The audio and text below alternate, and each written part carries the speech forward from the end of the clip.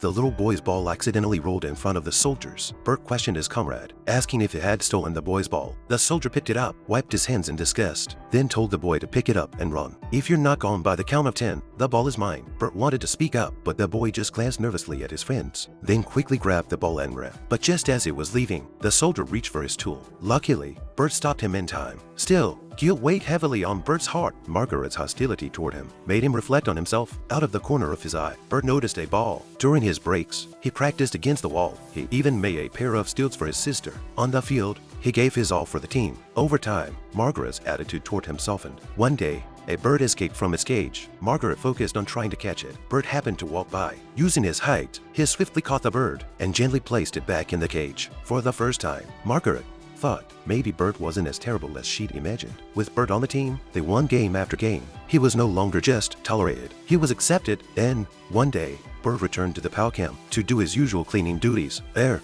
he found his comrade, Ho, overcome with guilt, had gone to meet God. Bert was furious. He stormed into the officer's office, demanding justice, but the truth was undeniable. German soldiers had done terrible things. Coming to his senses, Bert turned and left. But as it did, the necklace he always carried slipped from his pocket. The officers noticed it, picked it up, and held onto it. Then came the news. Germany had surrendered. The prisoners of war would be released and sent home. The coach was furious. Next week was the final match, one that would determine whether the team got relegated. Margaret, too, felt sad. She didn't want to say it out loud, but she didn't want Bert to leave. And, to everyone's surprise, Bert chose to stay. He wanted to play that last game. Their opponents were strong. Bert let in a goal early on. In the stands, a scout from Manchester City watched intently. At halftime, a coach told his players they had to win. It was the last game of the season. Too nervous to watch, the coach hid in the locker room. Then cheers erupted. Hope flickered back into his heart. Bert had regained his focus, blocking every attack. His determination fired up his teammates. Finally,